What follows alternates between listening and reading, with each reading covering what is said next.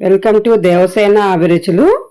ఈరోజు మనము మునగాక వేపుడు చేసుకుంటున్నామండి. ఈ మునగాక ఫ్రై చాలా మంచిది, చాలా టేస్టీగా ఉంటుంది. ప్లస్ అన్ని ఆకుకూరలతో కూడా మునగాకు చాలా శ్రేష్టమైందండి. మునగాకు ఫ్రై చేసుకోవచ్చు, పప్పులో వేసుకోవచ్చు, చపాతీలు చేసుకోవచ్చు, ఎన్నో రకాలు చేసుకోవచ్చు.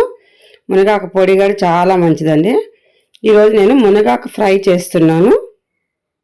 మునగాకు ఫ్రైకి ఈ విధంగా మునగాకు తెచ్చుకోవాలండి. మనం ఫ్రెష్ మునగాకు తెచ్చుకొని ఈ విధంగా ఒలిచి పెట్టుకోవాలి.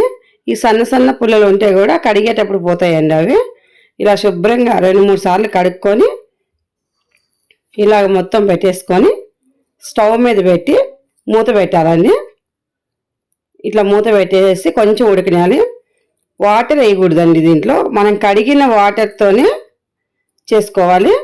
ఇట్లా మధ్యలో సన్నటి పుల్లైనా లేదా గంటి కాడ వెనక సైడ్ నుంచి అని తిప్పి ఇలా కలుపుకుంటూ పొరటడం అంటారండి దీన్ని. ఇట్లా పొరటుకుంటూ ఉండాలి. ఈ విధంగా కలుపుకుంటూ మొత్తం అది ఉడికే వరకు మనం మూత పెట్టుకుంటూ చేసుకుంటూ ఉండాలండి. కొంచెం ఉడికిన తర్వాతే సాల్ట్ వేయాలి. ఫస్టే సాల్ట్ వేయొద్దు, ఎందుకంటే మునగాకు ఉడకడం లేట్ అవుతుంది. కొంచెం హాఫ్ బాయిల్ అయిపోయిన తర్వాతనే సాల్ట్ వేసుకుంటే మంచిది. 1 స్పూన్ సాల్ట్ పడుతుందండి.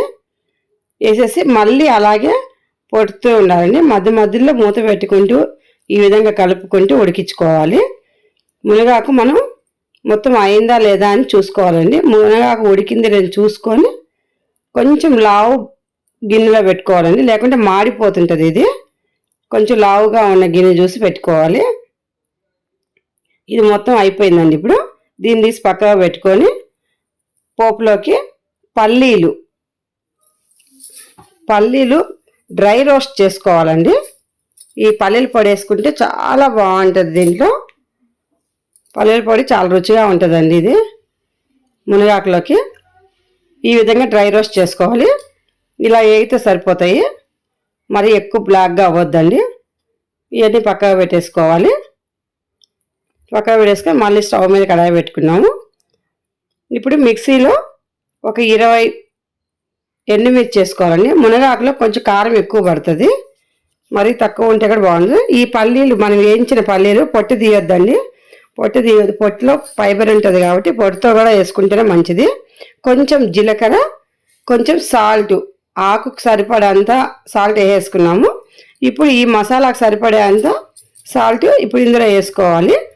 ఇవన్నీ వేసేసి మిక్సీ పట్టుకోవాలి. మిక్సీ కూడా మరీ మెత్తగా పట్టొద్దండి, కొంచెం బరగ్గానే ఉండాలి.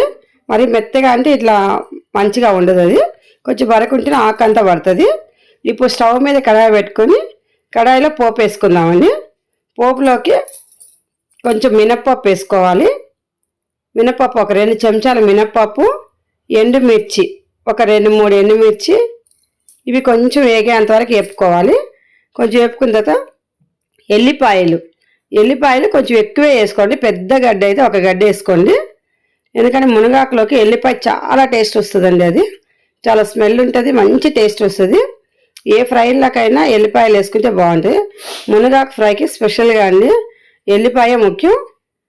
చూడండి, ఈ విధంగా మనం చేసుకున్న మునగాకుని ఇలాగ నూనెలో వేసేసి ఈ పోపులో వేసేసి బాగా కలుపుకోవాలి.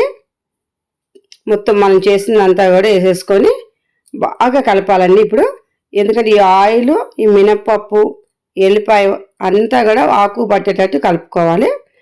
ఈ ఆకులో ఉన్న చెమ్మ ఏదైనా తడి ఉంటే ఆ తడి అంతా పోయే వరకు వేపుకుంటే ఈ ఆకు ఎక్కడన్నా ఇట్లా ఉండలుగా ఉన్నా కానీ ఈ నూనెలో వేయడంతో అది పొడిగా వచ్చేస్తుంది. బాగా పొడయ్యే వరకు ఉంచి చేసుకోవాలి. లైక్ చేయండి, షేర్ చేయండి, సబ్స్క్రైబ్ చేయండి.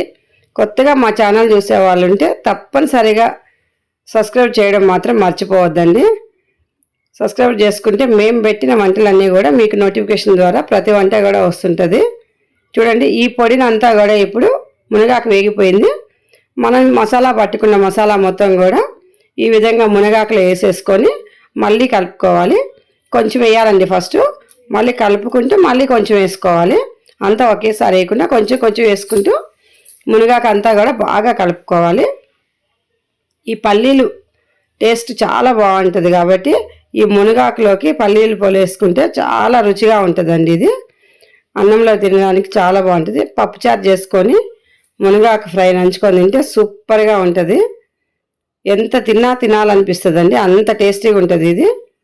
చూడండి, ఇప్పుడు మనం దీన్ని సర్వింగ్ బౌల్లో తీసేసుకున్నాము. చూడండి, ఇది చాలా మంచిదండి. అన్ని ఆకుకూరలో కన్నా మునగాకులో ఉన్న శ్రేష్టత దేంట్లో లేదండి. కంటికి కానీ అన్నిటికీ కూడా మునగాకు చాలా మంచిది. డైజెషన్కి అయితే సూపర్గా పనిచేస్తుందండి ఇది. ఎవరైనా డైజెషన్ ప్రాబ్లం ఉన్న వాళ్ళు తప్పనిసరిగా చేసుకోవచ్చు. మీరు కూడా చేసుకొని తిని చూసి ఎలా ఉందో మా కామెంట్లో పెట్టండి. Thank you for watching.